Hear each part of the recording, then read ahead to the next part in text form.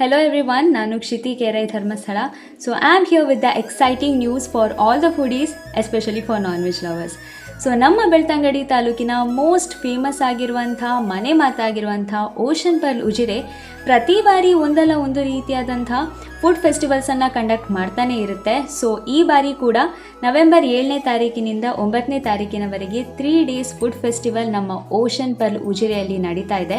So ಇದರ timings ಬಂದು ಮಧ್ಯಾಹ್ನ 12ರಿಂದ 3:30ರವರೆಗೆ ಹಾಗೂ ರಾತ್ರಿ 7 ಗಂಟೆಯಿಂದ 10:30ರವರೆಗೆ ನಡೀತಾ ಇದೆ.